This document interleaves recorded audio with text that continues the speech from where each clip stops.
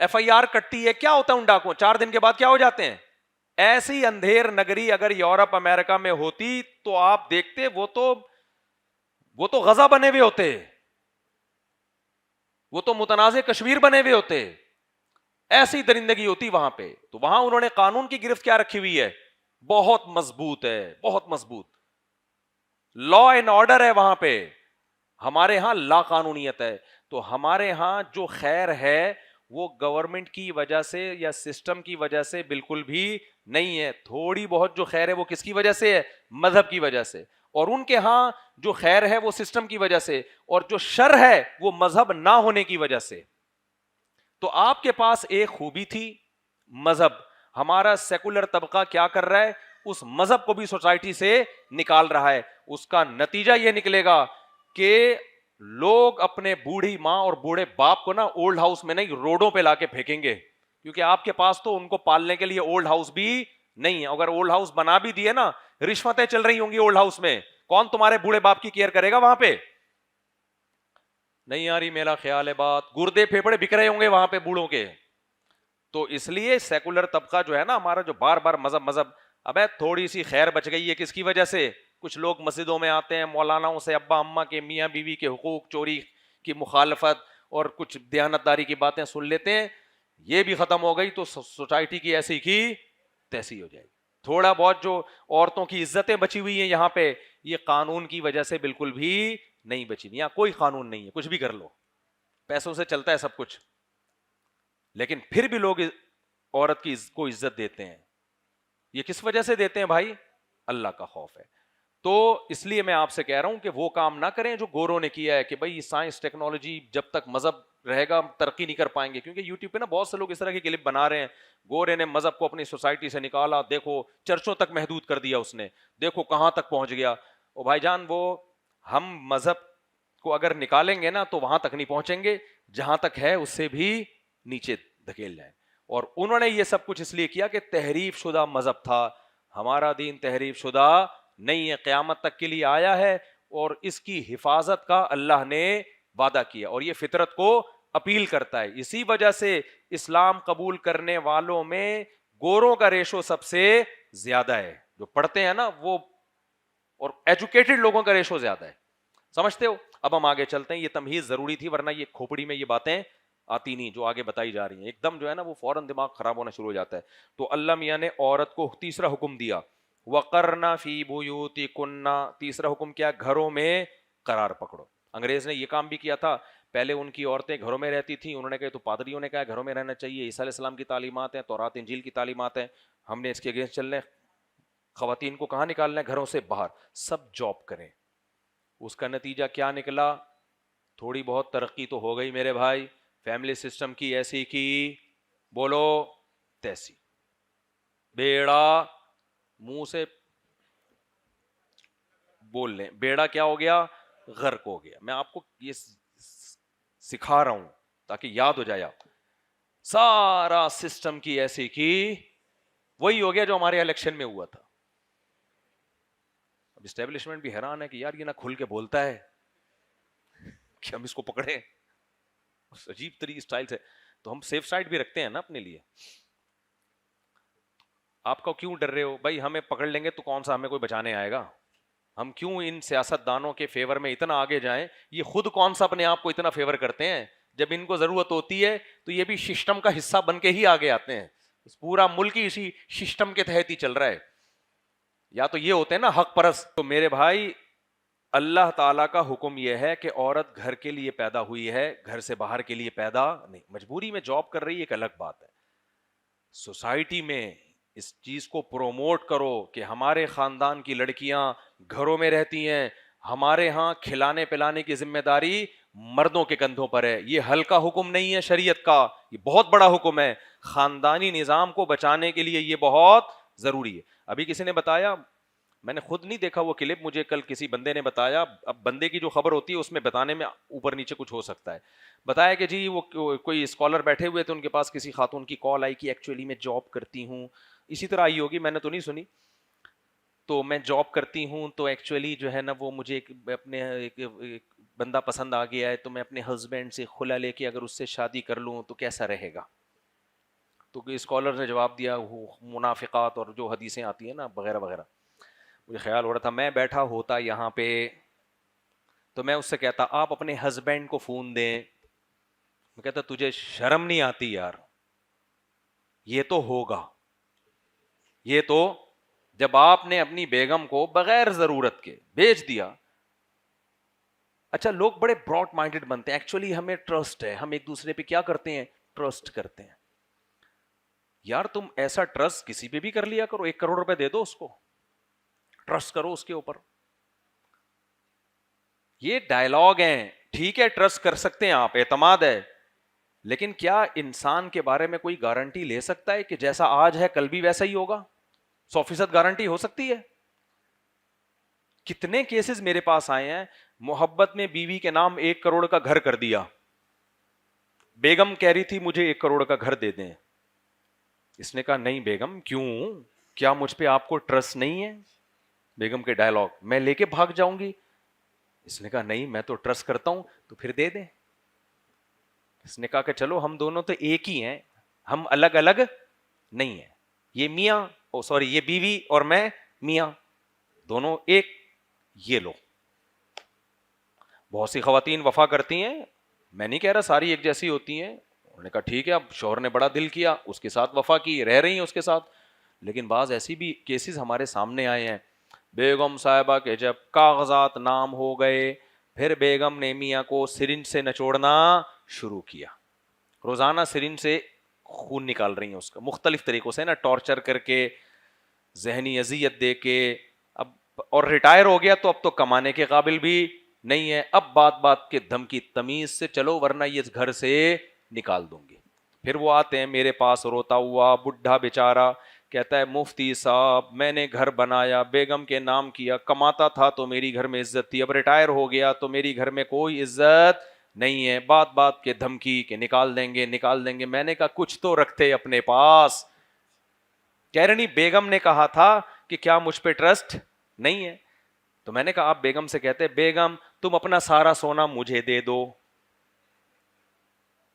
پھر وہ کہتی کہ کیوں, کیا مجھ پہ ٹرسٹ نہیں ہے؟ پھر کہتے اپنے بھائی سے بولو وہ جو بحریہ ٹاؤن کا پلاٹ ہے میرے نام کر دو. وہ بھائی کہتا ہے کیوں بھائی, کیا مجھ پہ ٹرسٹ نہیں ہے؟ یہ کیا بات ہوئی یار, ٹرسٹ فضول بات بالکل.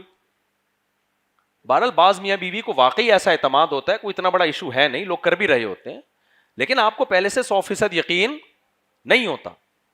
تو اب وہ کیس آیا کہ جی وہ مجھے پسند ہے, تو بھائی آج آپ کو اعتماد ہے, کل آپ میں کوئی عیب پیدا ہو گیا, باہر بہت چیل کوے بیٹھے ہوئے ہیں پاک دامن عورتوں کو اچکنے کے لیے.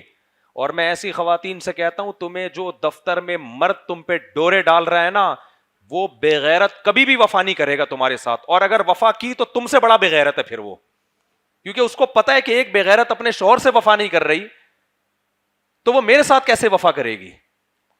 بتاؤ اس کو یقین آئے گا کہ ایک عورت ایسی ہے جس کے شوہر نے براڈ مائنڈڈ بن کے اس کو اجازت دی, اس پہ اعتماد کر کے, وہ اپنے شوہر کے اعتماد کو ٹھیس پہنچا کے کسی اور, وہ وسیم کے علاوہ کسی اور سے چکر چلا رہی ہے, وسیم سے نہیں چلا رہی. وسیم کا فون آیا تھا نا کل کہ یار مجھے میری جان چھوڑ دو, وسیم کے علاوہ کسی اور آدمی سے چکر چلا رہی ہے. اب مجھے بتاؤ وہ والا جو آدمی ہے وہ آج اس میں ڈورے ڈال رہا ہے اور کہہ رہا ہے ایکچولی کر کے, کیا اس کے دل میں یہ کھٹکا نہیں لگا رہے گا کہ یار آج میری آمدن اچھی ہے تو یہ ادھر سے گھوم کے ادھر آ گئی, کل کوئی اور نظر آئے گا تو یہاں سے موو کر کے وہاں چلی جائے گی. تو میرے بھائی یہ سوسائٹی ہماری تباہ ہو رہی ہے. عورت کو کہاں رکھو, بولو گھر میں عورتوں کو بتا دو دیکھو ہمارے ہاں مرد کماتے ہیں عورتیں کھاتی ہیں. میں اپنے رشتہ داروں کا ایک واقعہ بتاتا ہوں نا, بہت پرانا. ہمارے کوئی ریلیٹو تھے, آئے ہوئے تھے گھر والوں سے کہ جو ہے نا وہ کوئی رشتہ داری تھی ہماری ان سے. تو جیسے بعض دفعہ ہوتا ہے نا, بہنیں جو ہے وہ بھائی جو ہے بہن سے پیسے مانگتا ہے یا کوئی ہوتا ہے نا بعض دفعہ, تو وہ صاحب غیرت میں آ گئے. انہوں نے کہا کہ ہمارے ہاں رواج ہے بھائی بہنوں کو کھلاتے ہیں, بہنوں سے کھاتے نہیں ہیں. مجھے اس کا جملہ بڑا اچھا لگا. کوئی مجبوری ہو تو بھائی الگ بات ہے, بہن اگر مالدار ہے بھائی غریب ہے تو ایسا نہ ہو کہ اس کو نچوڑ ہی دے بیچارے کو, اس پہ خرچ کریں. لیکن اصول اور ضابطہ کیا ہے؟ مردوں کا کام ہے بولو کھلانا، اور جس مرد کو عورت کی آمدن منہ کو ایک دفعہ لگ گئی نا وہ قیامت تک کما نہیں سکتا. آپ سمجھ لو یہ بڑی بری منہ کو لگنے والی آمدن ہے. یہ وہ ایسا اپاہج ہو جائے گا نا، بہت مسئلہ ہو جائے گا اس کے لیے. تو اب خواتین کو جاب جاب جاب جاب بہت زیادہ پروموٹ کیا جا رہا ہے. اس سے میرے بھائی نقصان آخر میں کس کا ہوگا؟ خواتین کا نقصان ہوگا، نقصان عورت کا ہوگا. فلپائن میں یہی تو ہوا ہے، عورتوں نے کمانا شروع کیا کہ تمہارا رائٹ ہے تم کماؤ، تمہارا رائٹ ہے. ابے رائٹ تو تمہارا یہ ہے کہ تم کھاؤ. یہ کون سے لیبل لگا دیا آپ نے؟ بھی اس کا بھی حق ہے کمانا. کمانا حق نہیں ہوتا، کمانا ذمہ داری ہوتی ہے، کھانا حق ہوتا ہے. سمجھ میں نہیں آ رہی میرا خیال ہے بات؟ حق کیا ہے کہ بھئی تمہارا بھی حق ہے کہ تم کھاؤ اپنے شوہر کی آمدن سے. اس کو کہہ دیا کہ تمہارا حق ہے کمانا. اصل میں کہنا یہ چاہ رہے تھے شوہر کی آمدن پہ تمہارا کوئی حق نہیں ہے. اس کو لیبل اچھا لگا دیا کہ تمہارا حق کیا ہے؟ کمانا. اسلام نے کہا کمانا حق نہیں ہوتا، کمانا تو ذمہ داری ہوتی ہے. کھانا کیا ہوتا ہے؟ حق ہے. ذمہ داری شوہر کی ہے کمانا، تمہارا حق ہے کمائے گا وہ مکھنچو، اور کھائے گے کون؟ تم کھاؤ گی. تو سوسائٹی میں اس کو کیا کرو میرے بھائی؟ اس کو رواج دو. اور میں اپنی مثال چھو مارنے کے لیے نہیں دیتا، میرے حالات بہت اوپر نیچے بھی ہوتے رہے ہیں. میں نے کبھی بھی اپنے گھر والوں کو کمانے کی اجازت نہیں دی. اسکول میں ٹیچنگ کر سکتی ہیں پردے دار عورتیں، بہت کچھ ہو سکتا ہے، کمانے کے بہت سارے ذریعے ہمارے پاس بھی تھے. ہم نے کہا نہ، ہماری یہ پرمپرا ہے ہی نہیں. چائے میں پاپے ڈبو کے کھا لیں گے، لیکن یہ نہیں ہو سکتا کہ گھر میں عورت کی آمدن آنا شروع. مجھے پتا تھا جس دن یہ ہوا اللہ کی مدد گئی، گھر سے برکت گئی. میں دیکھ رہا ہوں دو دو تین تین چار چار لوگ مل کے کما رہے، برکت ہی نہیں. تو اس کو پروموٹ. یہ کون سا حکم ہو گیا میرے بھائی؟ تیسرا حکم، وقرن فی بیوتکن. شادی میں یہ بولا کرو بھائی ہمارے ہاں بیویاں کماتی نہیں ہیں، ہمیں ہاؤس وائف چاہیے. سمجھتے ہو؟ ابھی تو کمبخت الٹا ہو رہا ہے کہ ہمیں کمانے والی بہو چاہیے. ایسی ایسی بغیرت قسم کی ساسیں مارکیٹ میں آ رہی ہیں نا، جو بیان سن رہی ہیں ان کے علاوہ کی بات کر رہا ہوں. ایک لڑکی نے بتایا کہ میری شادی ہو رہی ہے، میری ساس کہہ رہی ہے کما کے لاؤ، تم کماؤ گی تو ہم اپنا گھر بنا سکیں گے. بیٹا دونوں میاں بیوی مل کے کماتے ہیں تو اپنا گھر بنتا ہے. تو میں نے کہا، وہ کہہ رہی ہے میرا نہیں دل کر رہا کمانے کا، میرے اندر عورت میں نہیں ہوتی اتنی صلاحیت. اور کماتی بھی کیا ہیں؟ ساری عورتیں کوئی 22ویں گریڈ کی آفیسر تھوڑی بن جاتی ہیں. ایئر ہوسٹس کی جاب دیکھو یار. آپ دیکھو جب پہلی دفعہ جہاز میں سفر ہوتا ہے نا تو جھولے ملتے ہیں، بڑا مزہ آتا ہے. کھڑکی پہ بیٹھتا ہے آدمی، ونڈو پہ دیکھ رہا ہوتا ہے، اوپر جا رہا ہوں نیچے آ رہا ہوں. ایئر ہوسٹس کو بھی خواتین دیکھ کے بڑی حسرت سے، یار آج ہم پہلی دفعہ جہاز میں اسلام آباد جا رہے ہیں، یہ کتنی خوش قسمت ہے. ڈیلی یہاں سے کراچی سے اسلام آباد، اسلام آباد سے کراچی، ہر وقت فضاؤں میں. 2-4 سفر جب انسان کے جہاز میں ہوتے ہیں نا، جہاز سے زیادہ ٹینشن والا کوئی سفر ہے نہیں. میں جب آسٹریلیا گیا نا، 13 گھنٹے کی فلائٹ، یوں بیٹھا ہوا ہوں، جہاز بھی بھرا ہوا تھا. واپسی پہ 15 گھنٹے کی فلائٹ. 15 گھنٹے تک کیسے بیٹھے ہوئے ہیں؟ تمیز سے. ٹھیک ہے آدمی چل بھی لیتا ہے تھوڑا سا، کتنا چلے گا؟ ایئر ہوسٹس سارا دن ہواؤں میں. ابھی جب میں آ رہا تھا میں نے کہا یار مجھے سب سے زیادہ ترس کس پہ آتا ہے؟ ایئر ہوسٹس پہ آ رہا ہے. کس قدر ٹینشن والی جاب ہے یار، کس لوگوں کی خدمت کرنا، اور اتنی تمیز سے. ہوٹلوں میں اتنی تمیز سے نہیں ہوتی. ہوٹلوں میں یہ ہوتی ہے سر چائے لے آؤ، لا رہا ہوں. ابے تجھے بولا ہے لانا، تو کیا خرید لیا ہے تو نے مجھے؟ آگے سے غصہ آئے گا جواب دے دے گا وہ، کیا خرید لیا ہے تو نے مجھے 5 روپے میں، جو ہر وقت میں تیرے سر پہ کھڑا رہا ہوں. ایئر ہوسٹس کو ایسی بدتمیزی کی اجازت نہیں. اس کو غصہ آ رہا ہے، اس کی طبیعت ٹھیک ہے یا نہیں ہے، اس نے ہمیشہ مسکرا کے بات کرنی. آپ 20 دفعہ بلائیں وہ 20 دفعہ آئے گی. کس قدر. وہ پھر جہاز میں یار ہوا میں رہنا اتنی دیر تک، ایک اسٹریس ہوتی ہے کہ نہیں ہوتی؟ نہ کھڑکی سے باہر نکل سکتے ہیں. بس میں تو آدمی رکوا کے کہیں اتر جائے گا نا.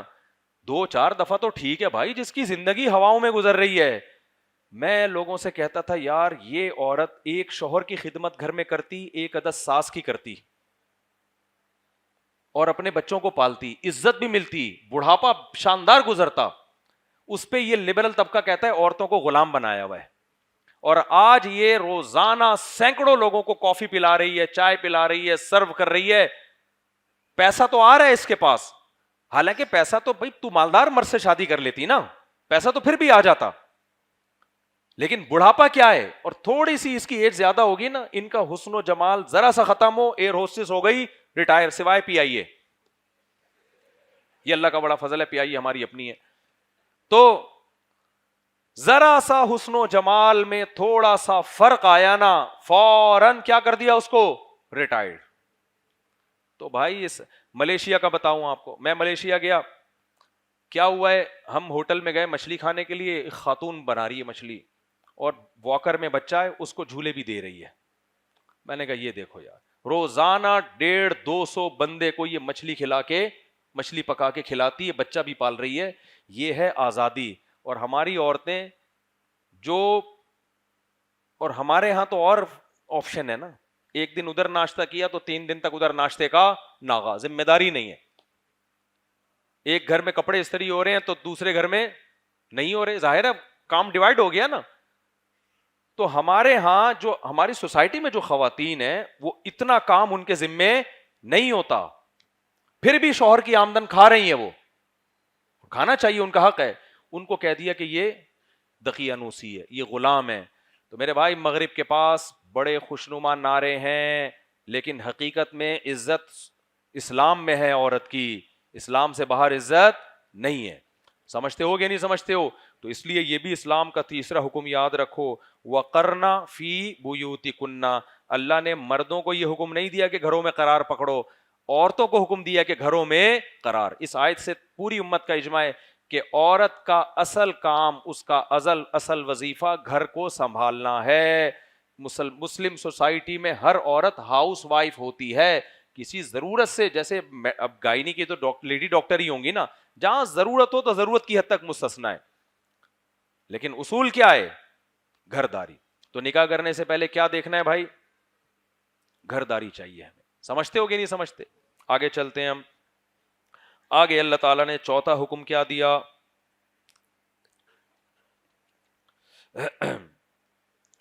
چوتھا حکم یہ دیا جو مرد اور عورتوں سب کے لیے. وہ حکم یہ دیا اس صورت میں کہ نبی صلی اللہ علیہ وسلم نے, یہ بھی ہماری سوسائٹی کے لیے بہت ضروری ہے, اس کو بھی اچھی طرح سمجھیں. یہ بات کئی دفعہ بیان کر چکا ہوں, دوبارہ ریپیٹ ہو جاتی ہے.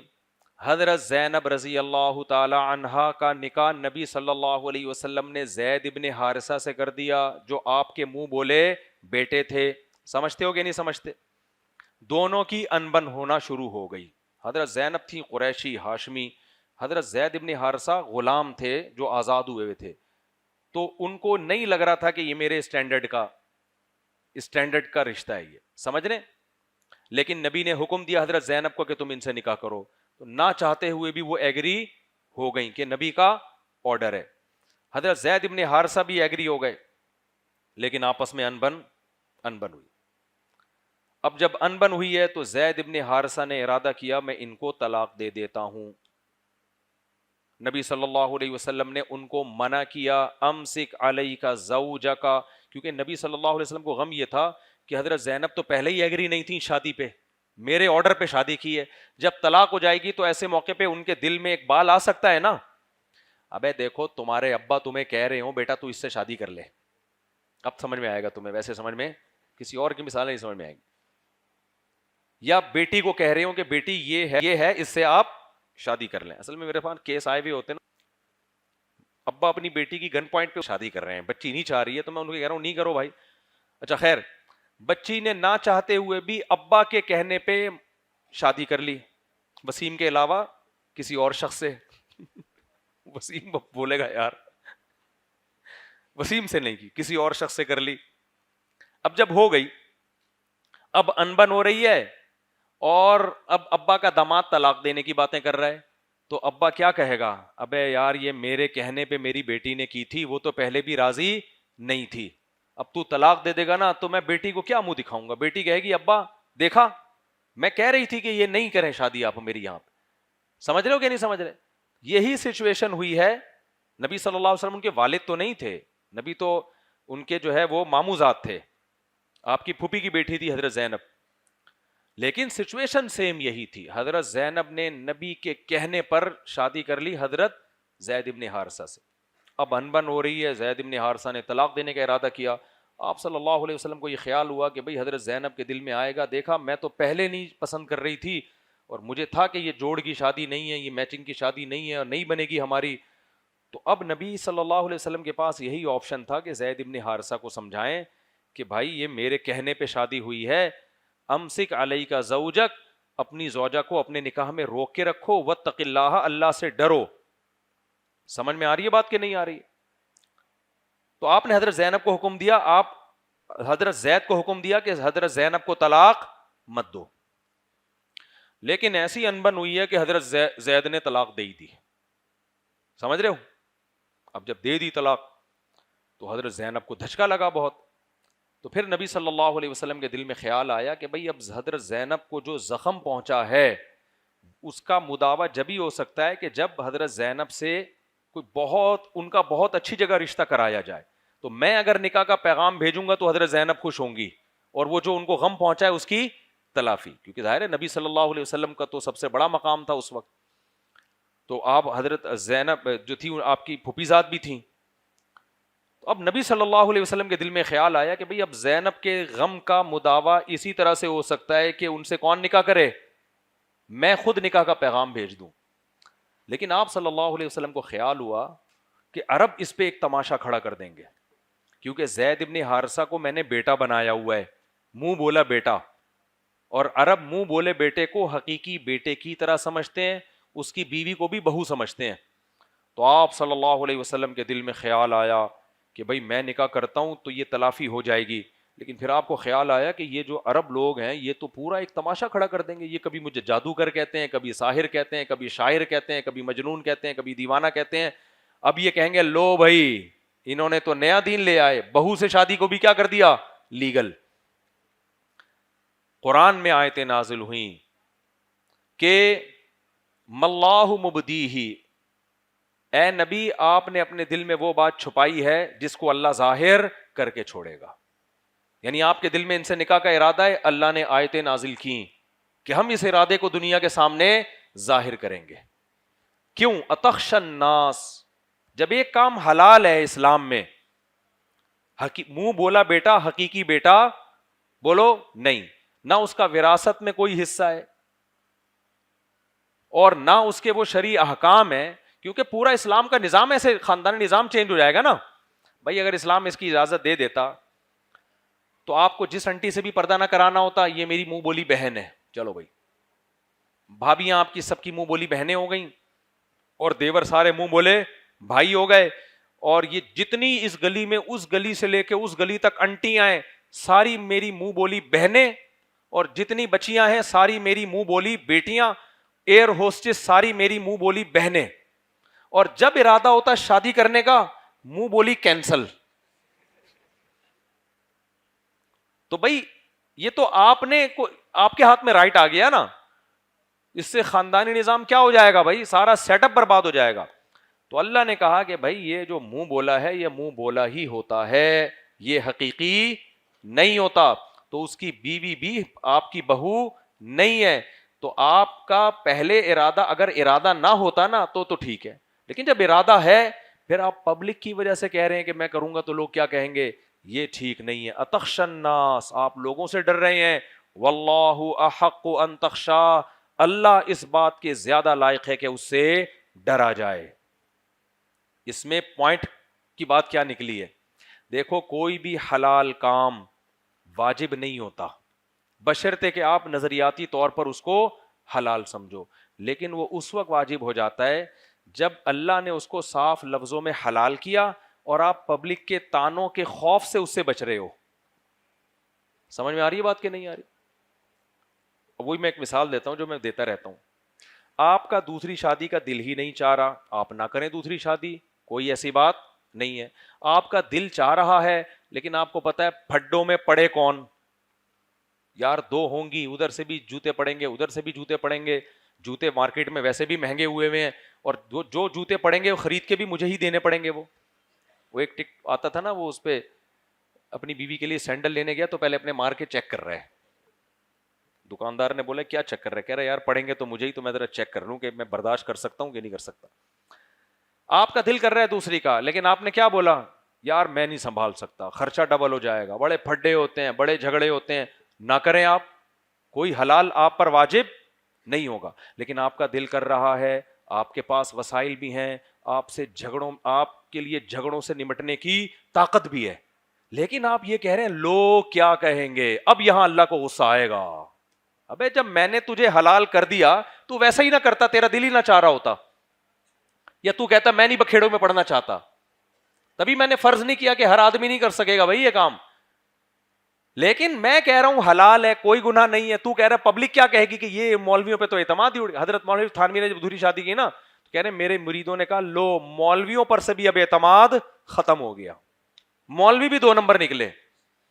یہاں اگر آپ اس سے اوائڈ کرتے ہو, اٹ مینز آپ مخلوق کو اللہ پر ترجیح دے رہے ہو. اس کی میں ایک مثال دے کے بس آگے چلتا ہوں. میں مثال کیا ہے اس کی, دیکھو آپ کے والد صاحب آپ کے لیے بہترین گلاب جامن گرم گرم بنوا کے لائے, بہترین, کہ میرا بیٹا لڈو شوق سے کھاتا ہے تبھی الحمدللہ لڈو بن چکا ہے.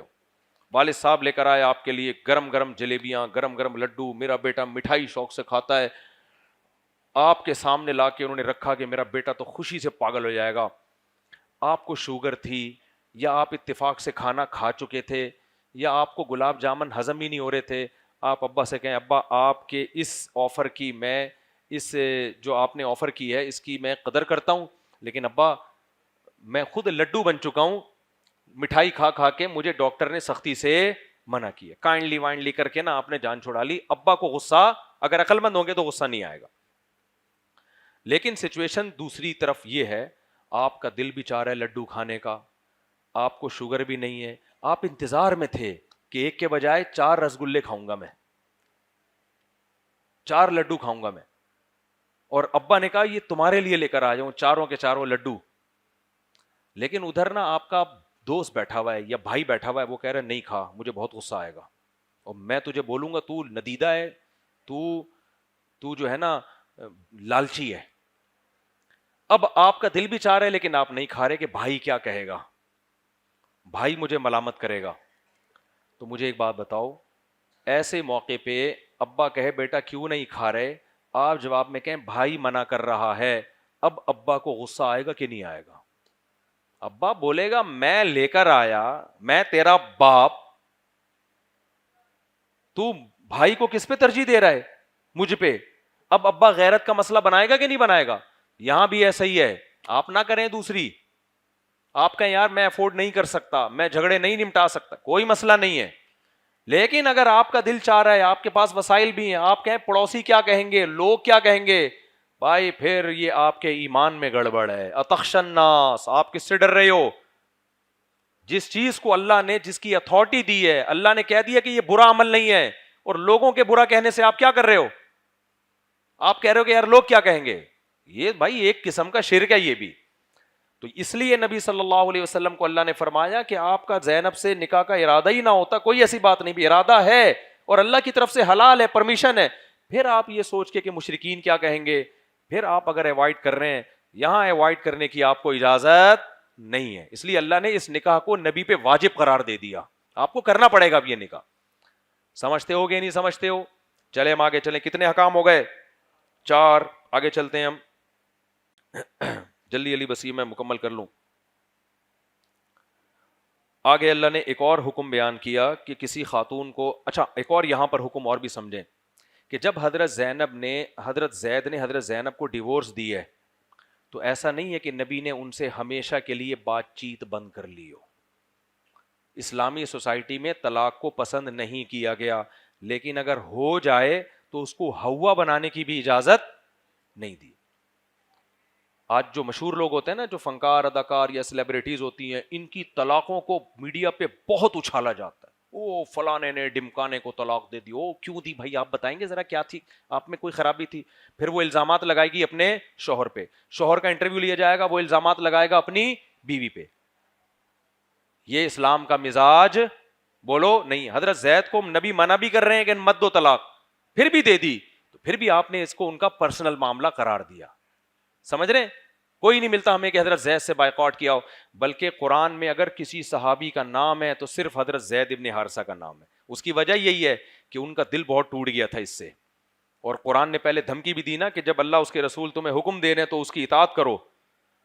تو پھر بھی ان سے نہیں ہوا وہ, تو پھر قرآن نے کیا کیا, ان کا نام ذکر کیا قرآن میں, تاکہ ایسا نہ ہو لوگ ان سے نفرت کرنا شروع کر دیں. فلما قضا زید منہا وطرن, قرآن کہہ رہے جب زید نے اپنی زوجہ کو طلاق دے دی تو اے نبی ہم نے آپ کا نکاح زینب سے کرا دیا.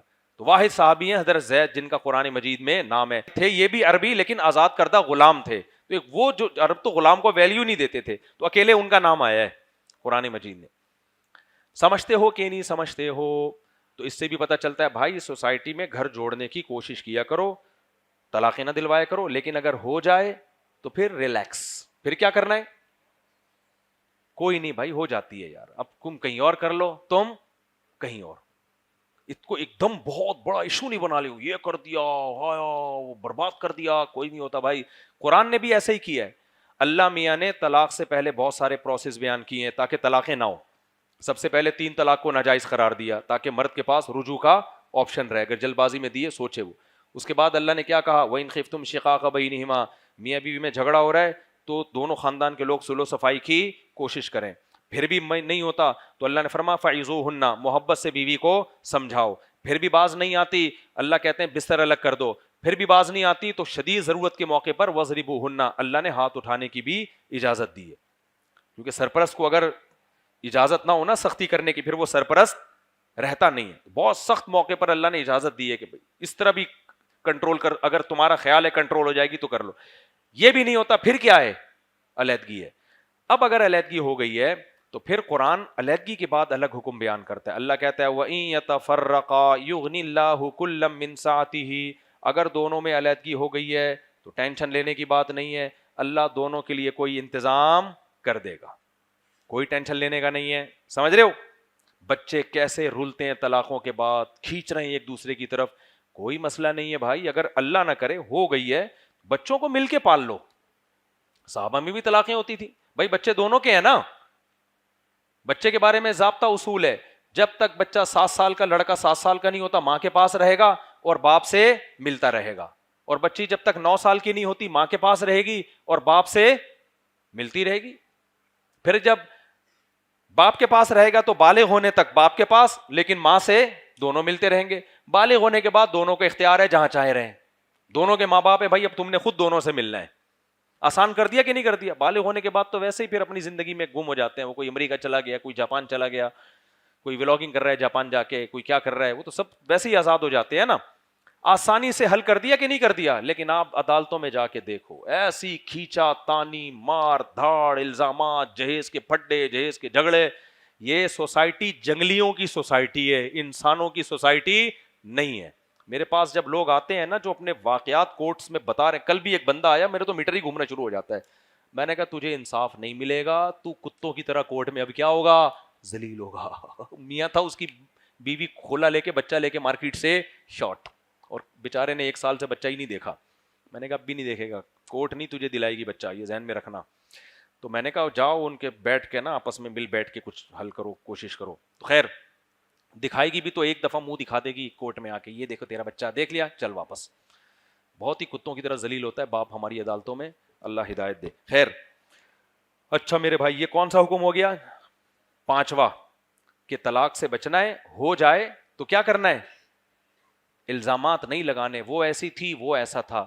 نہ حضرت زید برے تھے نہ حضرت زینب میں کوئی خرابی تھی. دونوں صحابی, ایک صحابیہ اور ایک صحابی, بھائی نہیں بنی آپس میں. دونوں بعض دفعہ نیک ہوتے ہیں, میچنگ کی شادی نہیں ہوتی, جوڑ ہی نہیں ہوتا, تمیز سے کیا ہو گیا بھائی, علیحدگی ہوگی, ختم. نہ حضرت زینب کو کبھی ملامت کی گئی, اور نہ ایسا نہیں ہمارے نبی نے آگے حضرت زینب سے کہا یہ لگتا ہے تمہارے اندر کوئی خرابی ہے جو تمہارے شوہر نے تمہیں چھوڑا, یا حضرت زید کو آ کے کہا کہ بھائی تمہارے تو پتہ ہی نہیں تمہارے دل میں کیا ہے. تو جتنے بھی اسلام میں ہمیں طلاق کے واقعات ملتے ہیں انہی میں ہمیں یہی کچھ ملتا ہے. کوشش کرو, نہ ہو جائے دونوں ٹھیک ہیں بھائی, دونوں میں سے کوئی بھی غلط نہیں ہے. اور میڈیا والے جب انٹرویو لینے کے لیے آئے نا, آپ نے کیوں دی, آپ نے کیوں چھوڑا, تو میڈیا والے سے بولے تو میرا ماموں ہے, یہ میرا خالہ ہے, یہ میری تو پھپھی لگتی ہے جو میں تجھے بتاؤں, میرا پرسنل معاملہ ہے, رکھوں چھوڑوں, تیرے کو کیا تکلیف ہو رہی ہے, سمجھتے ہو؟ چلو کتنے ہو گئے بھائی, جلدی جلدی میں ختم کر رہا ہوں اس کو. ابے گنو نا گنتی لگا کے, 5 حکم ہو گئے. آگے چلتے ہیں ہم. ایک اور اللہ نے حکم دیا کہ اذا نکحتم المؤمنات ثم طلقتموهن من قبل ان تمسوهن, کہ اگر کسی عورت کو رخصتی سے پہلے طلاق دے دی جائے تو پھر اس پہ عدت واجب نہیں ہے. یہ مسئلہ بھی خوب سمجھ لو کہ اسلام میں نکاح کے بعد, رخصتی کے بعد اور رخصتی سے پہلے کے احکام میں بہت فرق ہے. آپ نے کسی سے نکاح کیا, رخصتی کا مطلب کیا ہے؟ رخصتی کا مطلب یہ نہیں ہے کہ جو 50-50 میں دکھایا تھا کہ وہ جا رہی ہے اور پوری ویڈیو بن رہی ہے, جو ہماری سوسائٹی میں ہوتا ہے. رخصتی کا مطلب یہ ہے کہ میاں بیوی کہیں بھی تنہائی میں جمع ہو جائیں, کہ اگر وہ فزیکل ریلیشن قائم کرنا چاہتے تو کوئی رکاوٹ نہیں تھی, تو بے شک فزیکل ریلیشن نہ بھی ہو, یہ عمل رخصتی کہلائے گا, از کالڈ رخصتی. تنہائی میں کہیں جمع ہو گئے, وہ ایسی جمع کہ اگر مرد بیوی سے ہمبستری کرنا چاہتا تو کوئی اخلاقی رکاوٹ نہیں تھی اس کے لیے, پھر بے شک ہمبستری نہ بھی ہو, تو یہ عمل کیا کہلاتا ہے؟ رخصتی. اس عمل کے بعد اگر شوہر طلاق دے گا تو اب خوب سمجھو طلاق کا مسئلہ. دیکھو رخصتی کے بعد جب بیوی کو طلاق دی جاتی ہے, اگر یوں کہا تمہیں طلاق ہے طلاق ہے طلاق ہے, تو کتنی طلاقیں ہو گئیں؟ 3. اگر یوں کہا تمہیں 3 طلاقیں, تو بھی کتنی ہو گئیں؟ 3. اب ان میں دوبارہ نکاح نہیں ہو سکتا. اس بات کو سمجھو. رخصتی ہو گئی تھی, جب اس نے کہا تمہیں طلاق ہے, ایک طلاق ہو گئی نا, لیکن عدت شروع ہو گئی عورت کی. عورت جب عدت میں ہوتی ہے تو اس پر دوسری طلاق بھی لگتی ہے, جا کے دوسری دے دے گا تو دوسری بھی ہو جائے گی, تیسری دے دے گا تو تیسری بھی ہو جائے گی. لیکن جب عدت ختم ہو گئی, رخصتی کے بعد ایک طلاق دی, اب عورت کو 3 مینسز آئے, عدت ختم. جب عدت ختم تو اب کسی بھی طرح سے اب وہ اس کی بیوی رہی نہیں ہے. سمجھ رہے کہ نہیں سمجھ رہے؟ عدت بھی ختم اور نکاح بھی ختم. اب اگر وہ دوسری دیتا ہے تو لگے گی اس کو؟ نہیں, کیونکہ اجنبی عورت ہے نا, عدت بھی نہیں ہے. سمجھ رہے ہو کہ نہیں سمجھ رہے؟ تو اس سے پتا چلتا ہے کہ جب ایک طلاق دی, جب دوسری دے گا تو عدت ہوگی تو دوسری لگے گی جا کے, عدت نہیں ہے تو دوسری طلاق بولو نہیں لگے گی. عدت اگر ختم ہو گئی تو دوسری طلاق نہیں لگے گی. اب خوب سمجھو, رخصتی سے پہلے اگر کسی نے طلاق دے دی, تو اب اگر اس نے یوں طلاق دی ہے کہ تمہیں طلاق ہے, جیسے ہی یوں کہے گا نا تمہیں طلاق ہے, عورت کی عدت ہے ہی نہیں اس کے اوپر. کیونکہ قرآن میں ان آیتوں میں جو بھی میں نے پڑھی ہیں, اللہ نے فرمایا کہ اگر تم کسی عورت کو رخصتی سے پہلے طلاق دے دو تو پھر اس عورت پر عدت واجب نہیں ہے. اب عدت جب واجب نہیں ہے تو طلاق دیتے ہی نکاح ختم اور عدت بھی نہیں ہے. لہذا اگلے ہی لمحے جو وہ دوسری طلاق اناؤنس کر رہا ہے وہ لگے گی نہیں اس کے اوپر جا کے. سمجھ رہے ہو کہ نہیں سمجھ رہے؟ ابے دیکھو, رخصتی نہیں ہوئی, کسی نے بیوی کو بول دیا تمہیں طلاق ہے. طلاق ہے کہ ہے تک جیسے ہی پہنچے گا, ایک طلاق واقع, عورت پر عدت واجب نہیں ہے, تو مرد کو اب رجوع کا حق بھی نہیں ہے, ختم, یعنی نکاح ہی ختم. جب دوبارہ بولے گا تمہیں طلاق ہے, ہوائی فائر ہو گئی, تو یہ ایک ہی طلاق کہلائے گی. لہذا یہ دونوں جب چاہیں دوبارہ نکاح کر سکتے ہیں, کیونکہ 3 طلاقیں واقع نہیں ہوئی, اگرچہ اس نے 3 دی ہوں. سمجھ رہے ہو کہ نہیں سمجھ رہے؟ لیکن آئندہ زندگی بھر 2 طلاقوں کا حق رہے گا اس کے پاس. لیکن اگر خوب سمجھ لو, رخصتی سے پہلے مرد نے یوں کہا تمہیں 3 طلاقیں ایک کلمے میں دے دیں, اب تینوں واقع ہو جائیں گی, کیونکہ اس نے ترتیب سے نہیں دی ہیں. ترتیب سے دیتا نا تو پہلی طلاق واقع ہوتی, نکاح ختم ہو جاتا. دوسری جب جملہ کہتا تو وہ بیوی ہے ہی نہیں اس کی, عدت بھی ختم ہو گئی تو کچھ بھی نہیں ہوتا. لیکن اگر یوں کہا تمہیں 3 طلاقیں, ترتیب سے نہیں دی ہیں, ایک کلمے میں دی ہیں, تو یہ ٹھا کر کے تینوں طلاقیں اس پر لگ جائیں گی. اب دوبارہ اس سے اس کا نکاح نہیں ہو سکتا. سمجھتے ہو کہ نہیں سمجھتے؟ ہمارے اہل حدیث بھائیوں کو نا یہیں سے گڑبڑ ہوئی ہے. عبداللہ بن عباس کا جو قول ہے نا حضرت اکرمہ کا, ان کے شاگرد کا, کہ ایک کلمے کی 3 طلاق 3 ہوتی ہے اور 3 جملوں کی 1 ہوتی ہے, وہ رخصتی سے پہلے سے متعلق ہے. تو انہوں نے کنفیوژن کر کے نا اس میں ایک مجلس اور الگ الگ مجلس پر محمول کیا اس کو. یہ میری کتاب ہے 3 طلاق پر, اس میں میں نے ڈیٹیل لکھی ہے اس کی. خیر, تو یہ خوب اچھی طرح سے مسئلہ سمجھ لو. آج بہت سے لوگ آ رہے ہوتے ہیں کہ بھئی ہم نے رخصتی پہلے طلاق دے دی ہے, تو پھر علماء پوچھتے ہیں 3 جملوں میں دی ہے یہ 1 کلمے میں دی ہے. تو اگر 3 جملے میں دیا تو بھائی ایک ہوئی ہے, ایک ہی دفعہ میں تینوں دے دیے, نہیں یوں کہہ دیا تمہیں 3 طلاق ہیں تو پھر تینوں واقع ہو جائیں گی. لیکن رخصتی ہونے کے بعد کسی بھی طرح سے دو گے, 3 دو گے تو باہر صورت میں 3 ہی ہوں گی. یہ کتنے نمبر ہو گئے بھائی؟ 6 نمبر ہو گئے. اب جلدی جلدی 7واں, بس 5-10 منٹ اور لوں گا میں جلدی سے, تاکہ یہ پورا ہمارا جو ہے نا آج کا سارا سیشن کوئی علمی ٹائپ کا سیشن ہے. چوتھا, اللہ نے نبی سے فرمایا کہ اے نبی ہم نے آپ کے لیے آپ کی ازواج کو حلال کیا ہے, جو ازواج جن کا آپ نے مہر دیا ہو, اور وہ تو ہیں ہی, لیکن آپ کے لیے ہم نے وبنات عمک وبنات عماتک, آپ کی پھوپھی کی بیٹیاں بھی حلال, آپ کی چچا کی بیٹیاں بھی حلال ہیں, آپ کی ماموں کی بیٹیاں بھی, اور آپ کی خالہ کی بیٹیاں بھی, بشرطے کہ انہوں نے ہجرت کی ہو. تو نبی کے لیے شرط یہ تھی کہ کزن حلال ہونے کے لیے شرط تھی کہ انہوں نے ہجرت کر کے آئی ہوں, لیکن امت کے لیے ہجرت شرط نہیں ہے. آج کل کزن میرج کے خلاف بہت کچھ کہا جا رہا ہے, تو دیکھو کزن میرج پہ میں کسی وقت انشاءاللہ ڈیٹیل سے بات ریکارڈ کرواؤں گا.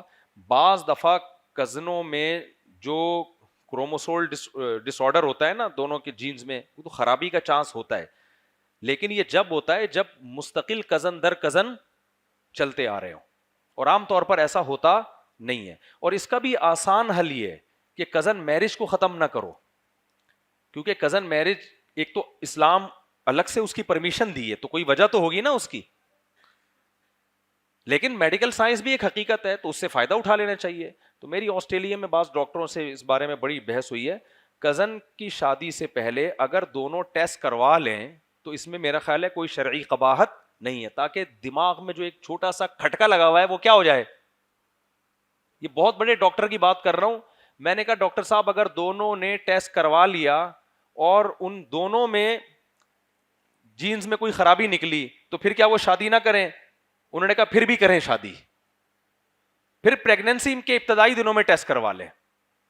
ابتدائی دنوں میں اگر بچہ میں کوئی معذوری کا چانس شروع میں آ جائے تو حمل ضائع کروایا جا سکتا, بلا وجہ 1 سیکنڈ کا حمل بھی ضائع کرنا حرام ہے, خوب سمجھ لو. نہیں آئی میرا خیال ہے بات؟ جب حمل ٹھہر جائے نا اسے آپ گولی کھا کے ضائع نہیں کر سکتے, کیونکہ اللہ نے اس کی سلیکشن کی ہے. لیکن اگر اس میں کوئی گڑبڑ ہے تو پھر 4 مہینے سے پہلے ایسی ضرورت کے موقع پہ حمل ضائع کروایا جا سکتا ہے, کیونکہ حدیث کے مطابق پراپر جان اس میں جو ایک خاص نوعیت کا شعور ہے وہ 4 مہینے سے پہلے نہیں پڑتا. تو کزن میرج کو جو ہے کہ حوصلہ شکنی کی ضرورت نہیں ہے. ہماری سوسائٹی میں ہمیشہ سے کزن میرجیں شادیاں ہوتی بھی آ رہی ہیں. کزن کی شادی میں طلاق کا امکان کم ہوتا ہے, اس کو دیکھا بھالا زیادہ ہوتا ہے. تو یہ ہے کہ بہتر ہے. ویسے تو یہ تو 2-3 پشتوں تک چلتا ہے تو اس میں خرابی کا خطرہ ہوتا ہے, لیکن اگر کوئی احتیاطاً ٹیسٹ کروا لے تو میرا خیال ہے اس میں کوئی حرج نہیں ہے. اور ٹیسٹ کروانے کے بعد پتہ ہے کیا ہوگا, شادی سے نہ رکیں. ڈاکٹر نے کہا ٹیسٹ کروانے کے بعد اگر ٹیسٹ میں نہیں آیا کہ نہیں ہے کوئی تو پھر تو بے فکر ہو جائیں بھائی. اگر آ گیا تو صرف اتنا کرنا ہے کہ پریگننسی کے ابتدائی دنوں میں آپ ایک ٹیسٹ کروا لیں. سمجھتے ہو گے نہیں سمجھتے ہو؟ تو اس پہ میں انشاءاللہ پوری ایک پریزنٹیشن بنا کے, جو ڈاکٹر سے میں نے لیکچر لیا تھا نا وہ پوری پریزنٹیشن بنا کے پیش کروں گا, کہاں ٹیسٹ ہو سکتا ہے. کیونکہ ہمارا فیملی سسٹم ویسے ہی بڑا ہوا ہے. اب بہت سے لوگوں کو اپنی کزنوں کے رشتے درکار ہوتے ہیں, اچھے رشتے ہوتے ہیں ان کے لیے, وہ ڈاکٹروں کی اس میں ایک ڈر کے نا خوف میں آ کے انکار کر دیتے ہیں اس سے, تو اس کو نہ کریں. اور دوسری بات یہ کہ کزن سے پردہ بھی اسلام میں فرض ہے. اگر کزنوں سے پردہ نہیں ہوتا نا تو ان میں شادی کی رغبت بھی نہیں ہوتی. کزن سے پردہ فرض ہے, اس کا فائدہ کیا ہوتا ہے کہ وہ اجنبی کی طرح لگتا ہے, پھر بڑے ہو کر اس سے نکاح کرنا آسان, اس میں رغبت ہوتی ہے. آج کل کزنوں کو بالکل سگے بھائیوں کی طرح سمجھ لیا گیا ہے. اس کا نقصان یہ ہوتا ہے لڑکی نے پہلے سے دماغ میں بٹھائے ہوتے تو ہمارے بھائی جان ہیں, اور اس نے بٹھائے ہوتے ہماری بہنیں ہیں, اور پھر اچھے اچھے رشتے اس چکر میں نہیں ہوتے. آپ اگر محلے کی ساری انٹیوں کو اپنی بہن بنا لو گے تو رشتے تو بڑھ گئے نا آپ کے لیے. کیا خیال ہے؟ تو کیوں رشتوں کو اپنے لیے محدود کر رہے ہو؟ ہاں بہن ٹھیک ہے, ایک حد تک رشتہ ہے, اجنبی عورتوں سے اللہ نے اس کو آپ کے زیادہ قریب بنایا, تو اس حد تک اس کے بھائی بنو کہ اس کی مدد کہیں کرنی پڑے تو مدد کر لو. لیکن اس حد تک فری ہونے کی کوشش نہ کرو کہ رشتوں میں رغبت ہی ختم ہو جائے. اور یہ بھی اسلام کا امتیاز ہے, غیر مسلموں میں عام طور پر کزن میرج نہیں ہوتی, ناجائز سمجھا جاتا ہے. عیسائیت میں کزن سے رشتے کو ناجائز, یہودیت میں کزن سے رشتے کو, جملہ مکمل کرو نا, ناجائز سمجھ. ہندوؤں میں کزن سے رشتے کو ناجائز. اسلام نے اس کو, کیونکہ اسلام نکاح کے بارے میں دوسروں سے زیادہ وسعتیں دیتا ہے. کتنے آرڈر ہو گئے؟ 7. اب 8واں جلدی سے بس. اچھا میرے بھائی جلی علی میرے بھائی رشیاں. ایک اور حکم اللہ نے بتایا نبی صلی اللہ علیہ وسلم کے بارے میں. صحابہ کو حکم دیا کہ جب نبی کے گھر میں جاؤ تو اجازت لے کے جاؤ, اور کھانے کی جب دعوت پہ بلایا جائے تو کھانا کھا کے چلے جاؤ, کیونکہ بعض دفعہ اس سے نبی کو تکلیف ہوتی ہے. تو علماء نے لکھا ہے یہ ہر ایک کا یہی حکم ہے. کسی نے بھی آپ کو دعوت پہ بلایا, آپ نے کھانا کھایا, اب پتلی گلی سے بولو نکل جاؤ, دھرنا مار کے بیٹھے مت رہو, کیونکہ بعض دفعہ میزبان بڑا عزت دار ہوتا ہے, اسے آپ کو یہ کہنا کہ دفعہ یعنی تشریف لے جائیں, یہ کہنا اس کے لیے منہ سے مشکل ہوتا ہے. وہ شرم اور مروت میں بیٹھا ہوتا ہے کہ پتہ نہیں کب دفعہ ہوں گے یہ. تو آپ کو میزبان کا خود خیال کرنا ہے کہیں بھی ہو. تبھی ہمارے حضرت فرمایا کرتے تھے کہ جب کوئی مجھ سے ملنے کی کوشش کرتا ہے تو میں کہتا ہوں میں خود ہی آپ سے ملنے کے لیے آ جاؤں گا. حضرت فرماتے ہیں میں اس لیے ملتا ہوں کہ اپنی مرضی سے جب چاہوں گا اٹھ کے آ جاؤں گا, پر میں اگر وہ آیا تو اپنی مرضی سے جائے گا, پتہ نہیں کتنی دیر بیٹھا رہے, ہم تو ہٹا ہی نہیں سکتے اس کو. تو یہ بھی ایک طریقہ ہوتا ہے. بالکل اگر کسی کو پکا پکا بھگانے کا ارادہ ہے نا تو چائے پوچھ لیں, اور بھائی چائے پیئیں گے آپ, وہ کہیں ارے نہیں نہیں بس ہم چلتے ہیں. عام طور پر ایسا ہوتا ہے, لیکن بعض دفعہ الٹا بھی ہو جاتا ہے. ایسے ہی آپ نے پوچھ لیا بھائی چائے پیئیں گے, آپ کا خیال تھا, وہ کہے گا نہیں نہیں بس میں چلتا ہوں, وہ کہے گا ہاں پیوں گا, چلو اب 1 گھنٹہ اور بیٹھو. تو خیر خلاصہ یہ ہے کہ جب بھی کسی کے ہاں جائیں تو اس شخص کی راحت کا خیال کریں, بوجھ نہ بنے کسی کے اوپر. یہ بھی اللہ نے حکم دیا. آگے اللہ نے فرمایا کہ وَإِذَا سَأَلْتُمُوهُنَّ مَتَاعًا فَاسْأَلُوهُنَّ مِنْ وَرَاءِ حِجَابٍ. امہات المومنین کے پاس علم تھا. نبی کی گھریلو زندگی کس کے پاس تھی؟ نبی کی ازواج کے پاس. تو اللہ کے علم میں یہ بات تھی کہ نبی کے دنیا سے جانے کے بعد پوری دنیا سے لوگ آئیں گے, سفر کریں گے, امہات المومنین سے علم حاصل کریں گے نبی کی گھریلو زندگی کے بارے میں. تو اس لیے اللہ نے حکم دیا کہ جب بھی صحابہ آپ کے پاس آئیں تو آپ نے پردے کے اندر رہ کر ان سے شرعی مسائل پر بات کرنی ہے, بے پردہ ہونے کی اجازت نہیں ہے. تو آپ اندازہ لگاؤ, ایک طرف صحابی ہیں, ایک طرف صحابیہ, وہ بھی امہات المومنین, ان کو بھی حکم دیا جا رہا ہے پردے میں ہوں.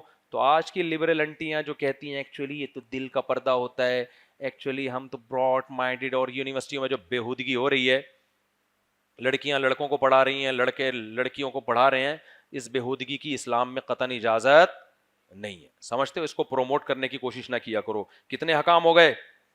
7 8 ہو گئے. چلو 8 ہو گئے, جلدی جلدی بس اس کو مکمل کرتے ہیں.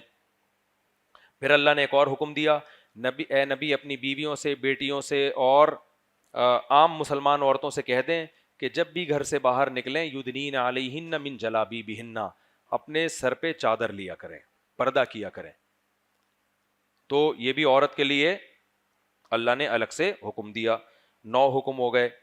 اور یا ایھا الذین آمنوا لا تکونوا کالذین آذوا موسیٰ فبرأہ اللہ مما قالوا, اے ایمان والو ایسے نہ ہو جاؤ بنی اسرائیل کی طرح جنہوں نے موسیٰ علیہ السلام کو اذیت دی. تم اپنے نبی کو اس طرح سے اذیت مت دو. بخاری میں حدیث ہے کہ بنی اسرائیل کی نا سوچ بہت نیگیٹو تھی. جیسے میں نے بتایا نا بیان میں, آج بھی آپ کچھ بھی کر رہے ہو تو جو نفرت کرتا ہے وہ آپ کے ہر اچھے کام میں بھی کیڑے نکال رہا ہوتا ہے. تو حضرت موسیٰ علیہ السلام میں حیا بہت تھی. وہ حیا کی وجہ سے دور جا کے نہایا کرتے تھے, لوگوں کے سامنے نہیں نہاتے تھے. اب کہنا تو ہی چاہیے تھا بنی اسرائیل کو ماشاءاللہ کتنے حیا ہے, دیکھو پیغمبر ہیں تو دور جا کے نہاتے ہیں. ان فسادی لوگوں نے یہ کہنا شروع کر دیا اصل میں ان کو اسکن پہ کوئی بیماری ہے برس کی, یہ اپنے داغ ہم سے چھپاتے ہیں. تو اب موسیٰ علیہ السلام تو یہ الزام دور کرنے کے لیے لوگوں کے سامنے نہا نہیں سکتے تھے. صحیح ہے نا؟ تو اللہ نے کیا کیا کہ اللہ نے حضرت موسیٰ سے اس الزام کو دور کرنے کی ایک تدبیر کی. صحیح بخاری کی حدیث ہے, حضرت موسیٰ دور جا کے نہا رہے تھے تو ظاہر ہے کوئی لنگوٹ وغیرہ تو پہنا ہوا ہوگا, تو حضرت موسیٰ نے اپنے کپڑے اتار کے پتھر پہ رکھے. صحیح بخاری میں آتا ہے پتھر کپڑے لے کے بھاگ گیا. اب حضرت موسیٰ نہا کے نکلے, پتھر مارکیٹ سے شارٹ, کپڑے بھی مارکیٹ سے شارٹ. تو حضرت موسیٰ نے جو بھی ایک لنگوٹ وغیرہ تو ہوتا ہے وہ تو ظاہر ہے لوگ پہنتے ہی تھے, تو حضرت اب اوپر کا جسم پورا کیا ہے, کھولا ہوا ہے. تو حضرت موسیٰ میں حیا اتنی تھی کہ قمیض بھی اتارتے ہوئے ان کو حیا آتی تھی. تو جب حضرت موسیٰ آبادی میں پہنچے, بنی اسرائیل نے دیکھا تو کہا کہ اللہ کی قسم اتنا خوبصورت جسم ہم نے کسی کا نہیں دیکھا. تو بعض دفعہ اللہ اپنے نیک بندوں سے جو دنیاوی الزام ہوتا ہے نا اس کو بھی دور کرنے کا انتظام کرتے ہیں، لیکن یہ ہمیشہ نہیں ہوتا. تو اس میں ہمیں سبق یہ ملتا ہے کہ بھائی اگر کوئی شخص کوئی کام کر رہا ہے تو اس کا اچھا پہلو تلاش کرو، اس میں نیگیٹیوٹی تلاش مت کرو. کتنے حکم ہو گئے؟ 9. اب 10واں حکم بس ختم کر رہا ہوں میں. یا ایھا الذین آمنوا اتقوا اللہ وقولوا قولا سدیدا. یہ خطبہ نکاح میں یہ آیت پڑھی جاتی ہے، اے ایمان والو اللہ سے ڈرو اور سیدھی سیدھی بات کیا کرو. نبی صلی اللہ علیہ وسلم کی سنت تھی، خطبہ نکاح میں یہ آیت پڑھتے تھے. اس سے پتہ چلتا ہے اس کا نکاح سے کوئی خاص تعلق ہے. اے ایمان والو اللہ سے ڈرو اور سیدھی سیدھی بات کیا کرو. اب بھائی اس کا نکاح سے کیا تعلق ہے یار؟ دولہا دلہن کو یہ آیتیں پڑھ پڑھ کے سنائی جا رہی ہیں. اصل میں شروع سے ہی دونوں ایک دوسرے کو ٹوپیاں کرا رہے ہوتے ہیں، سیدھی سیدھی بات نہیں کر رہے ہوتے.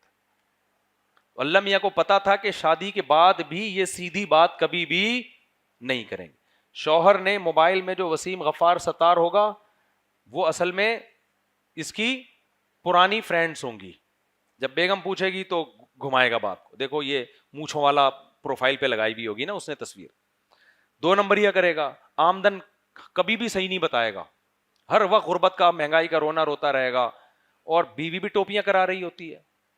تو سارا جب بنیاد ہی جھوٹ پہ ہو اور آگے ہی جھوٹ پہ چلے تو رشتے بنیں گے اس سے؟ تو اللہ میاں نے خطبہ نکاح میں ہمیں حکم دے دیا وہی غیر مطلوع کے ذریعے کہ بھائی ان دونوں کمبختوں کو بتا دو، اتقوا اللہ، اللہ سے ڈرو. اللہ سے ڈرو گے تو ایک دوسرے کے حقوق ادا ہوں گے. وقولوا قولا سدیدا، اور بات کیا کرنی ہے؟ سیدھی سیدھی راستے کی بات کیا کرو، آڑی ترچھی باتیں کرنا چھوڑ دو. جتنی محبت ہے، یا تو چلو اس میں تو حدیث میں آتا ہے زیادہ ہی بولو، جتنی ہے اس سے تھوڑا، اس میں تو جھوٹ بولنا بھی جائز ہے. ایسا نہ ہو بیگم کو بولیں کہ آپ مجھے پسند تو بالکل بھی نہیں ہو لیکن اللہ کا حکم ہے حقوق ادا کرنا فرض ہے، ایسا سچ نہیں بولنا چاہیے. تو یہ بھی ایک اہم حکم ہے، ٹھیک ہے نا، جو اللہ نے ہمیں دیا. بات کیسی کیا کرو؟ ہمیشہ سیدھی سیدھی بات کیا کرو. اور بس یہ احکامات تھے، آگے بہت ساری آیتیں ہیں، 10 احکامات ہیں، ان کو ہم اپنی زندگی میں اختیار کریں. اللہ تعالیٰ سمجھنے کی، عمل کی توفیق عطا فرمائے. کسی نے وہی سوال پوچھا ہے، جلدی سے نمٹانے، کچھ نصیحتیں کرنی ہیں. مفتی صاحب کے ذہن میں خیال آنا چاہیے کہ قرآن برق ہونے کی دلیل کیا ہے، آخر تو کیا کریں؟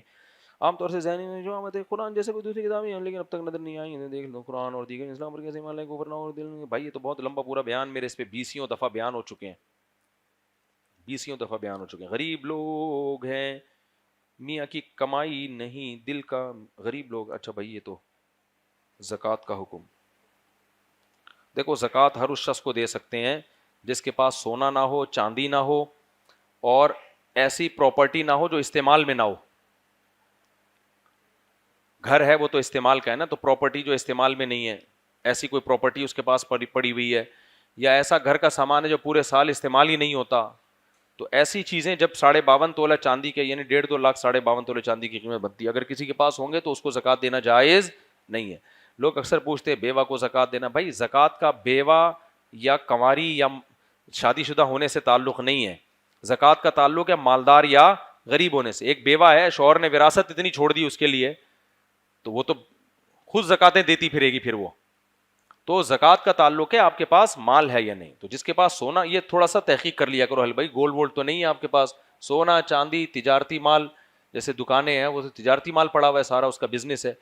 تو اس طرح کے کوئی چیز نہ ہو نا، تجارتی مال ہو گیا، کیش اماؤنٹ ہو گیا، اور ضرورت سے زائد سامان. یہ 5 چیزیں جس کے پاس نہیں ہیں یا ہیں بہت تھوڑی مقدار میں ہیں تو اس کو زکوٰۃ دے سکتے ہیں.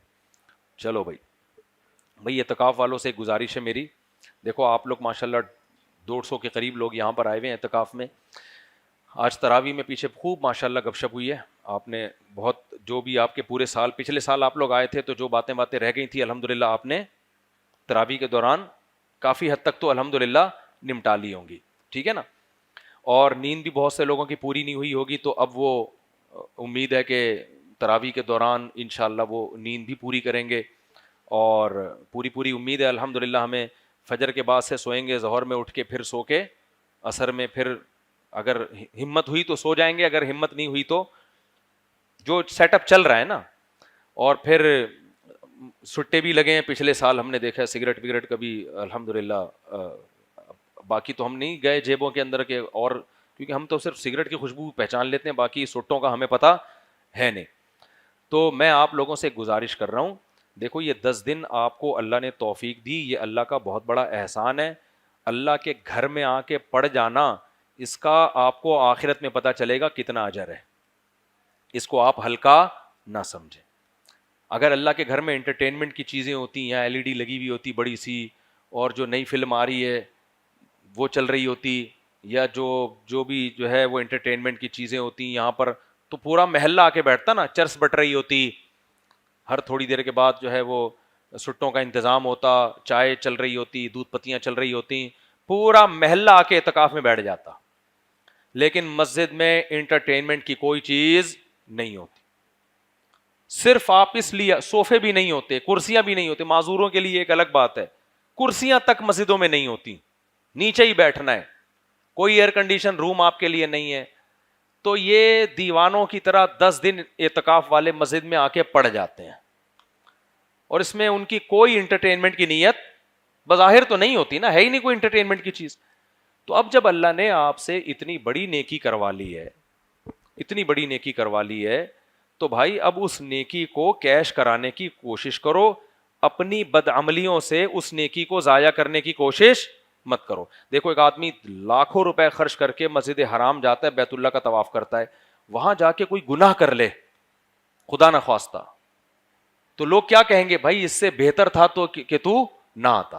کیونکہ مسجد حرام میں ایک نیکی کا ثواب جیسے 1 لاکھ ملتا ہے نا, ایک گناہ کا ثواب بھی 1 لاکھ گنا بڑھ جاتا ہے. جو مقدس جگہیں ہوتی ہیں ان میں نیکی کا ثواب جیسے بڑھتا ہے, گناہ کا عذاب بھی کیا ہوتا ہے, بڑھتا ہے. تو قرآن میں اللہ نے مسجدوں کے احترام کا حکم دیا ہے, تو آپ لوگوں نے سب سے پہلا کام یہ کرنا ہے, کچھ ہو یا نہ ہو مسجد کی بے اکرامی نہیں ہونے دینی, ورنہ لینے کے دینے پڑ جائیں گے. یہ اعتکاف قیامت کے دن وبال جان بن جائے گا. اللہ کہے گا تو نہ آتا میرے گھر میں, بہت سے لوگ نہیں آئے, تو بھی نہیں آتا تو کیا ہو جاتا, آنے کے بعد تو نے مسجد کی توہین کیوں کی ہے. اس لیے بھائی سگریٹ چھوڑ دیں, پینا بھی ہونا تو پھر وہ طریقہ جو ہیلا بتایا جاتا ہے کہ مسجد سے جب واش روم کے لیے جا رہے ہیں تو راستے میں, اب ایسا نہ ہو آدھا کلپ میرا چلائیں جس سے لوگوں کو میں یہ بتا رہا ہوں کہ اس طرح سے پیئیں, لوگ کہیں مفتی صاحب سگریٹ پینے کے طریقے بتا رہے ہیں,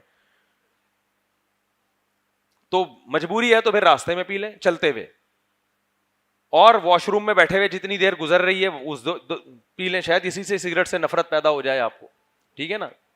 تو لیکن آپ نے ایسے نہیں کرنا کہ باہر کھڑے ہو کر آپ سگریٹ پی رہے ہیں, اس سے اعتکاف ٹوٹ جائے گا آپ کا. تو چلتے چلتے پی لیں, جلدی جلدی کیا, اور واش روم سے فارغ ہوئے, اور پھر واپسی پہ بھی ایک چھٹا لگا لیں, میری طرف سے کیوں کہ اپنی طرف سے لگائیں.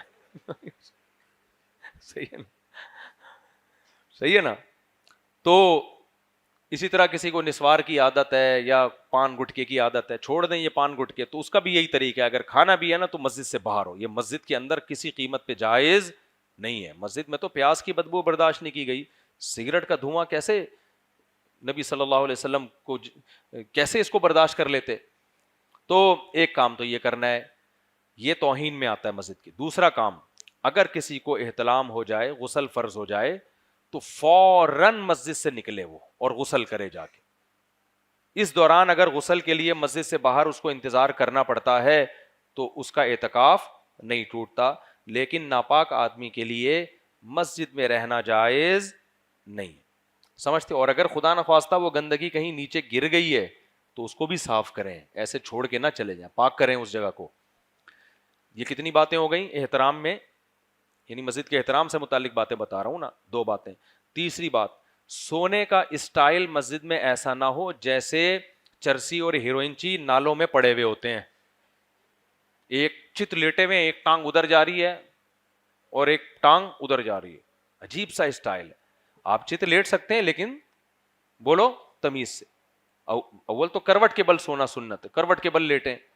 چت لیٹنا بھی ہے تو تھوڑا تمیز سے بھی انسان لیٹ سکتا ہے نا. اور ویسے بھی یہاں سب کیمرے لگے ہوئے ہیں, یہ ذہن میں رکھیں, یہ سارے کیمرے, کئی سارے کیمرے آپ کو دیکھ رہے ہیں, تو باقی آپ کو سمجھدار ہیں. یہ کتنے باتیں ہو گئیں, 3 باتیں. چوتھی بات, مسجد میں آپ گپ شپ بھی لگا سکتے ہیں, ہلکا پھلکا ہنسی مذاق بھی ہلکا پھلکا ہو سکتا ہے.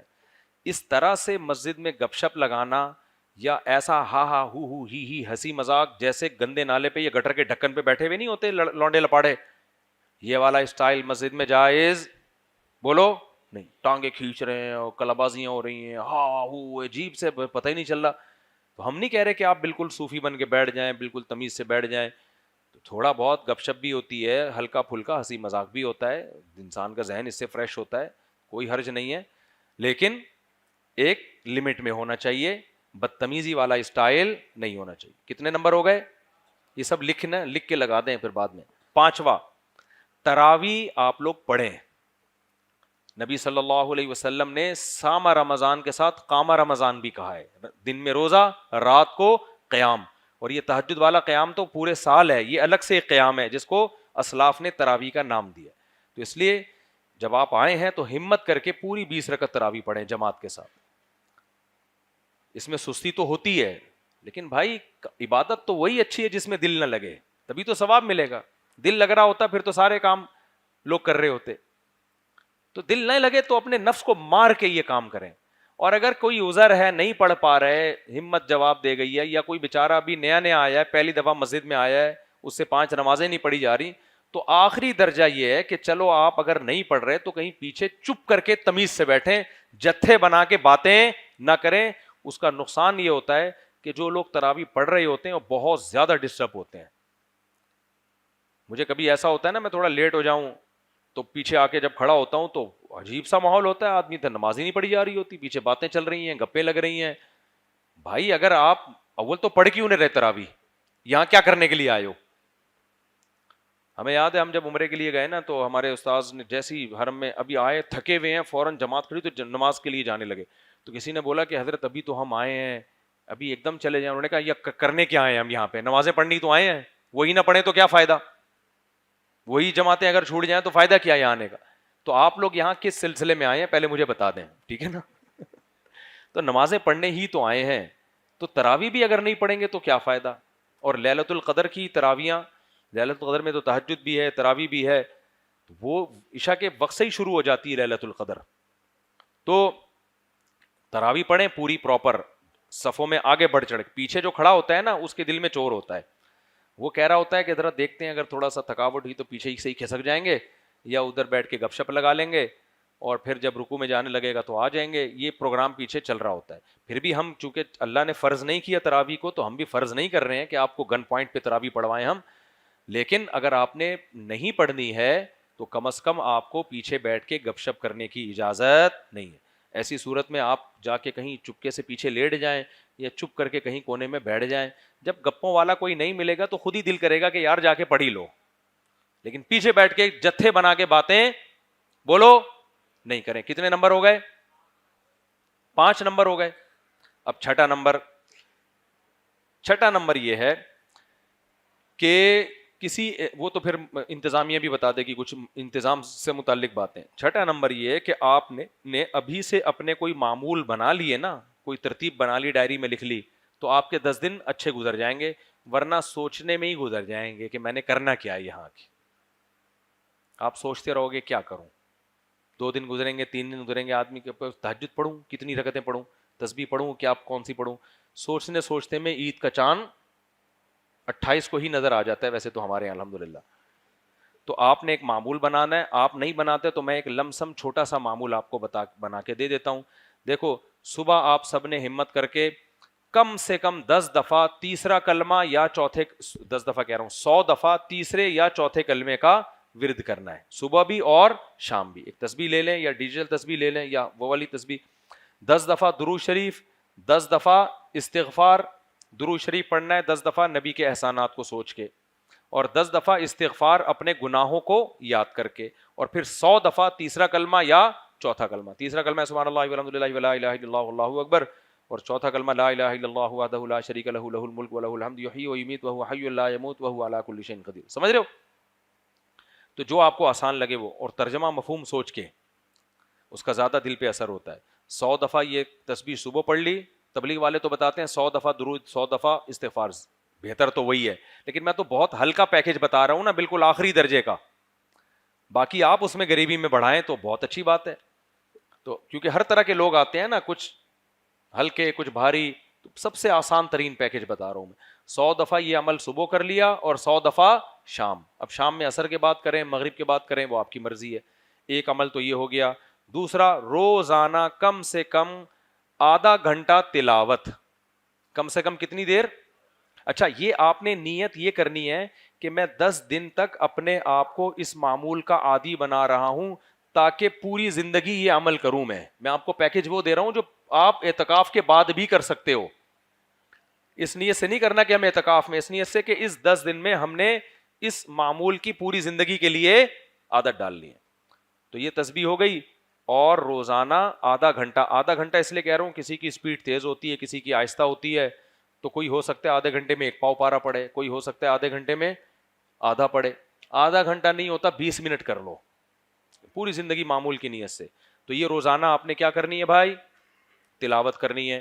تیسرا کام, 24 گھنٹے میں 1 دفعہ تسلی سے دعا مانگنی ہے, خوب تسلی سے, اپنے لیے, والدین کے لیے, اپنے ملک کے لیے, سسٹم کے لیے, اور جو کچھ بھی فلسطین کے مسلمانوں کے لیے, خاص طور پر اپنی آخرت کے لیے, دنیا کے لیے, اپنے کاروبار کے لیے, اپنی صحت کے لیے, اپنے بہنوں کے لیے, اپنے بھائیوں کے لیے, اپنے استاذوں کے لیے, قبر کے لیے, قبر کے عذاب سے حفاظت, میدان حشر سے حفاظت, جہنم کی آگ سے حفاظت, جنت الفردوس کا اللہ وارث بنا دے.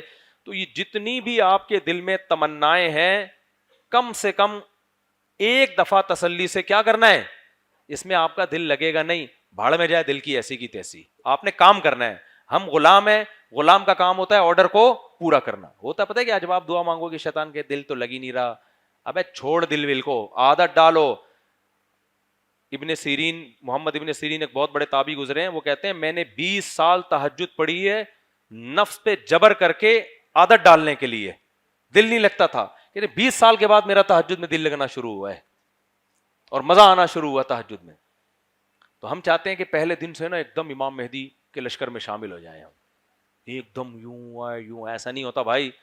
آپ کا کام ہے دعا مانگو. تو 24 گھنٹے میں 1 دفعہ کیا کرنا ہے؟ تسلی سے. اور اس کے لیے بہتر وقت ہے تہجد کے بعد. تو کم سے کم تہجد کی 8 رکعتیں, رمضان میں 8 پڑھ لو, رمضان کے بعد جب گھر جاؤ گے تو پھر بے شک 4 پڑھ لیا کرو ڈیلی. کم سے کم نبی سے 4 رکعتیں بھی ثابت ہے, کچھ بھی نہیں تو 2 رکعتیں بھی پڑھ لو یار. تو 4 رکعتوں کا زندگی بھر کے لیے کوشش کرو, معمول بنا لو. اللہ توفیق دے تو پھر 8 پہ آ جانا. لیکن اعتکاف میں آپ کے پاس ٹائم زیادہ ہے تو کم سے کم تراویح آپ نے 20 پڑھ لی, اور آخر میں تہجد رات کے آخری حصے میں کتنی پڑھ لی؟ 8. اور اس کے بعد لمبی دعا مانگ لی. اگر اس کے بعد ٹائم نہیں ہے تو دن میں کوئی ایک ٹائم متعین کر لو, سمجھتے ہو کہ نہیں سمجھتے ہو. اور ایک آخری بات, اشراق پڑھ لو تو اور زیادہ اچھا ہے, لیکن بعض لوگ رات کو جاگے ہوئے ہوتے ہیں, نیند کا بہت غلبہ ہوتا ہے, فجر کے بعد لمبے ہو جاتے ہیں وہ جا کے. تو بہتر تو یہ کہ اشراق بھی پڑھ لو آپ, اور مغرب کے بعد 6 رکعتیں بھی پڑھ لو, وہ بھی سنت ہے. تو لیکن یہ تو ہے نا, یہ والا جو معمول تو میں کہہ رہا ہوں یہ پورے سال آپ کر سکتے ہو جو میں نے آپ کو بتایا ہے. آخری بات یہ کہ یہ رافع اور واسع یہاں بیٹھے ہوئے ہیں, ان کو ابھی میں ہم سوچ رہے ہیں کوئی جتھوں کی شکل میں نا آپ کو ان کو آپ کا امیر بنا دیں. 200 سے 180 یا 200 کے قریب افراد ہیں. تو دن میں کوئی تجوید کی کلاس کر لیں, ٹھیک ہے نا. جن کو قرآن پڑھنا نہیں آتا تو مسجد کی انتظامیہ والے بھی کر دیں گے, یہ شہریار بھائی وغیرہ, کہ یہ سب کے نا 5-5 10-10 لڑکوں کی کلاس بنا دی جائے. آدھے سے 1 گھنٹہ ڈیلی آپ نے, یہ خود آپ لوگ طے کریں رافع واسع کے ساتھ مل کے, اور انتظامیہ بھی اس میں انوالو ہوگی انشاءاللہ, مل کے نا کوئی ایسا پیکج بنا لیں, کلاس بنا لیں 5-5 10-10 لڑکوں کی, جن میں ایک قاری ہو, ٹیچر ہو. وہ قاری ان کو علم طرح سے لے کے سورہ ناس تک ان کی تجوید ٹھیک کر دے, آدھا گھنٹہ. اور آدھا گھنٹہ جو روز مرہ کے مسائل ہوتے ہیں, نماز کے, روزے, زیادہ تر تو نماز ہی کے ہوتے ہیں, نماز کا طریقہ ہے, نماز کے مسائل ہیں. تو یہ بھی چونکہ دونوں اکثر میرے ساتھ رہتے ہیں, یہ بھی بڑے فنٹر بن چکے ہیں, مسائل وسائل ان کو بھی کافی آ گئے ہیں. اور بھی اگر کوئی عالم ہو بیچ میں اعتکاف والوں میں تو ان کو بھی ٹیچر بنایا جا سکتا ہے, کبھی میں بھی چکر لگا لوں گا. تو آدھا گھنٹہ مسائل کا سیشن, سیکھیں نماز کا طریقہ, نماز ہی ٹھیک کر لیں. اور باقی کو آپ نے کون سا یہاں سے فنٹر بن کے جانا ہے, سمجھ رہے ہو کہ نہیں سمجھ رہے, چھوٹے موٹے نماز کے مسائل. تو روزانہ آدھے سے لے کے 1 گھنٹے تک کوئی کلاس کی ترتیب بنا لیں, یہ آپ دونوں کے ذمے ہے, اب یہ آپ کے ذمے ہے, ٹھیک ہے نا. کلاس کی کوئی ترتیب بنا لیں جس میں آدھا گھنٹہ تجوید کا ہوگا. پورا فنٹر نہیں بنو گے آپ کہ کوئی سبا شرح قاری بن جاؤ اور یہاں سے جانے کے بعد اب حسن قرات کے مقابلوں میں شرکت ہو رہی ہے, ایسا نہیں ہوگا. کم از کم 2-4 غلطیاں تو ٹھیک ہو ہی جائیں گی نا, تو کچھ تو سیکھ کے جاؤ گے یہاں سے. تو یہ ترتیب بنانی ہے. سمجھتے ہو کہ نہیں سمجھتے؟ اللہ تعالیٰ سمجھنے کی عمل کی توفیق. جی ہاں بھائی، تبلیغ والوں کی تعلیم ہوتی ہے، اجتماعی عمل ہوتا ہے، اس میں بھی جڑا کریں. عید کے بعد نام لکھوائیں اپنا جانے کے لیے، جماعت میں وقت لگائیں. کتنے لوگوں کو اللہ نے ہدایت دی ہے.